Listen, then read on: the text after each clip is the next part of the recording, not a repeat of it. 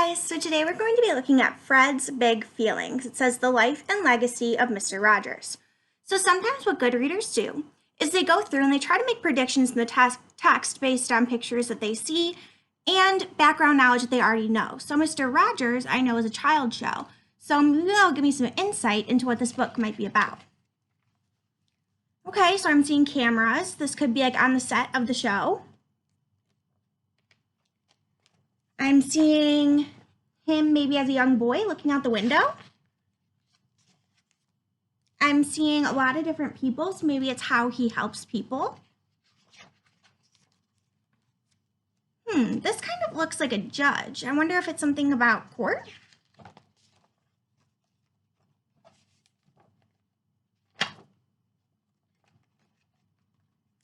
And then here, I feel like this is classically what Mr. Rogers is known for wearing. So maybe it goes back in time to when he was on the show or when he started the show again.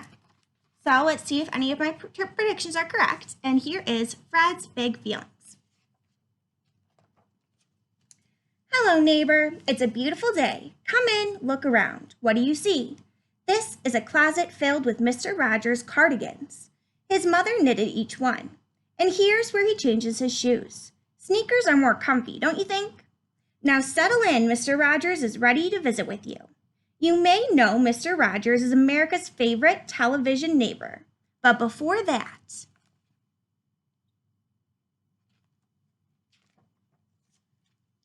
he was Freddie Rogers, a quiet boy with big feelings. Freddie was shy, and he had trouble making friends. He felt sad when his schoolmates overlooked him. Bullies taunted Freddie about his weight. He felt scared when they chased him home. And when asthma kept him indoors for much of the summer, he felt lonelier than ever. So I hadn't made that prediction that this was going to be about Mr. Rogers when he was younger, but that is really interesting. Freddie took refuge at the piano. Soon his feelings were flowing through his fingertips. Worry fretted and fussed and faded. Sadness wailed and whimpered and wanted. Anger crashed and clattered and calmed. Music allowed Freddie to express himself, but it was his grandfather, McFeely's message of unconditional love that boosted Freddie's self-esteem. You make this day a really special day just by being yourself, and I happen to like you just the way you are.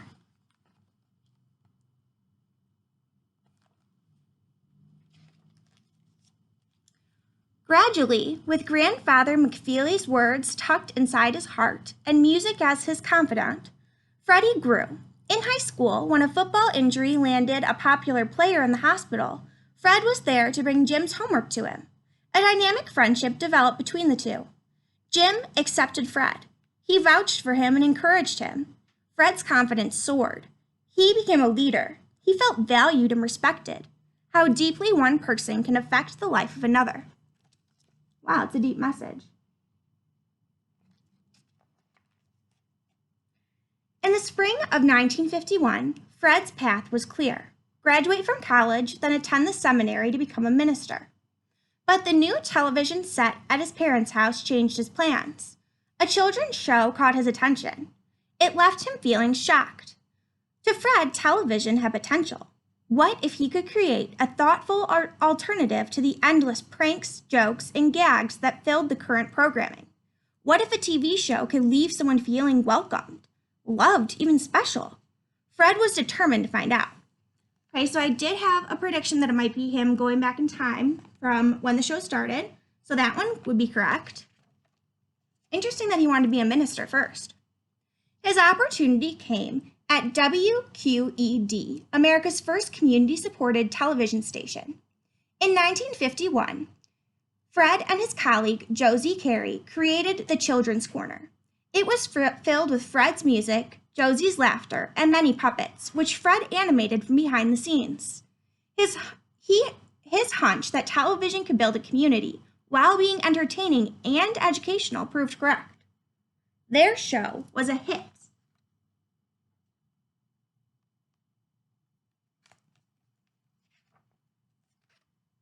The Children's Corner was performed live and mainly improvised. So improvisation is when you don't really know what you're going to say, but you just kind of go with the flow. So if they thought, oh, wow, this mailman looks like he's giving a letter, maybe it's a letter about a friend that I have at home. So it's kind of making it up as you go. After it went off the air, Fred wanted to be more intentional about the content of his shows. So in 1968, Fred started airing his own program, Mr. Rogers' Neighborhood. Now Fred was in front of the camera as the show's host. He welcomed children with his songs, encouraged his viewers' curiosity, and honored his grandfather by naming a character after him, Mr. McFeely, the speedy delivery man. But above all, Fred focused on feelings. Silly, shy, selfish. He addressed them all. Oh, that makes me think maybe that's why it's called Fred's Big Feelings, because he talked about feelings that people might have. Look, Mr. Rogers feels playful. He is taking a juggling lesson. Mr. Rogers feels welcoming. He invites Officer Clemens to soak his feet. Mr. Rogers feels sad. One of his goldfishes died.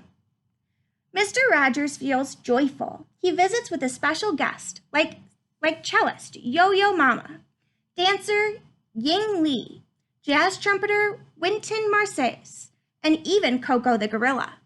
Now listen, here comes the trolley. Ding, ding, toot, toot. So here I was kind of correct. I said maybe these are all the people he's helping, and he was helping these people, but he was also addressing what emotion he was feeling at that time. In a world of make-believe, the small tiger feels worried. What if a falling star lands on his clock? The king's niece felt generous. She offers orange juice to each of her friends. The rosy-cheeked lady feels angry. She turns a tower upside down. Toot, toot, ding, ding. See you next time.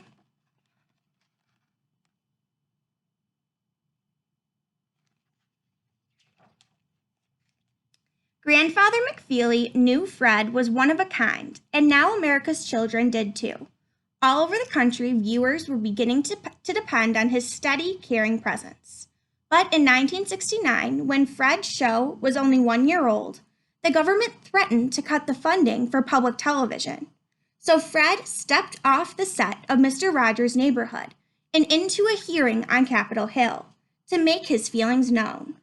So it costs a lot of money to put a show on TV, and so now the government's saying we're not going to pay for these shows to be aired. So he's going, I was right, to court. In front of a Senate committee, Fred testified about the important work of childhood to learn how to express emotions constructively. Even though Fred felt mad, he didn't shout or blame or raise his voice. Instead, he recited a song that he had written for the show called What Do You Do? What do you do with the mad that you feel? In it, he encouraged children to draw their inner strengths to communicate anger in healthy ways. So he's saying the kids need this show, which needs to keep on being paid for. A hush fell over the room during Fred's quiet, passionate testimony. The tough committee chairman, Senate Pastor, even got goosebumps. Looks like you just earned the $20 million, he remarked. By sharing his feelings, Fred Rogers secured the funding for public broadcasting.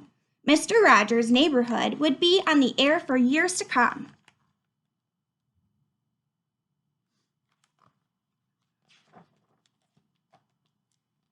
In nearly 900 episodes from 1968 to 2001, Mr. Rogers broadcasted affection, compassion, and respect for his audience. His message was clear. It is normal to have feelings. It is good to talk about feelings. It is important to share feelings. And the best part, everyone expresses their feelings in their own special way.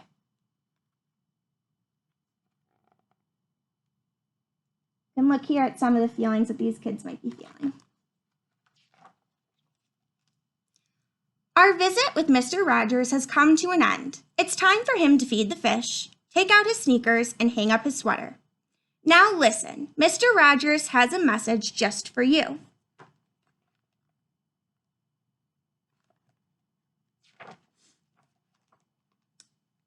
You always make each day such a special day. Do you know how? Just by being you. There's only one person in the world like you, and people like you exactly as you are. That is such a good feeling. And then at the end is some information on Mr. Rogers.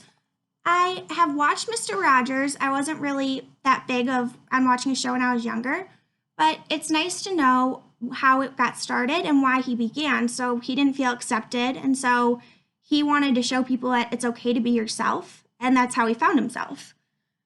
And I think that that's a really good message. One of my favorite quotes by him is always look for the helpers. So when you are having something crazy going on, you look for the people who are helping, because those are the people who really care and who are trying to help.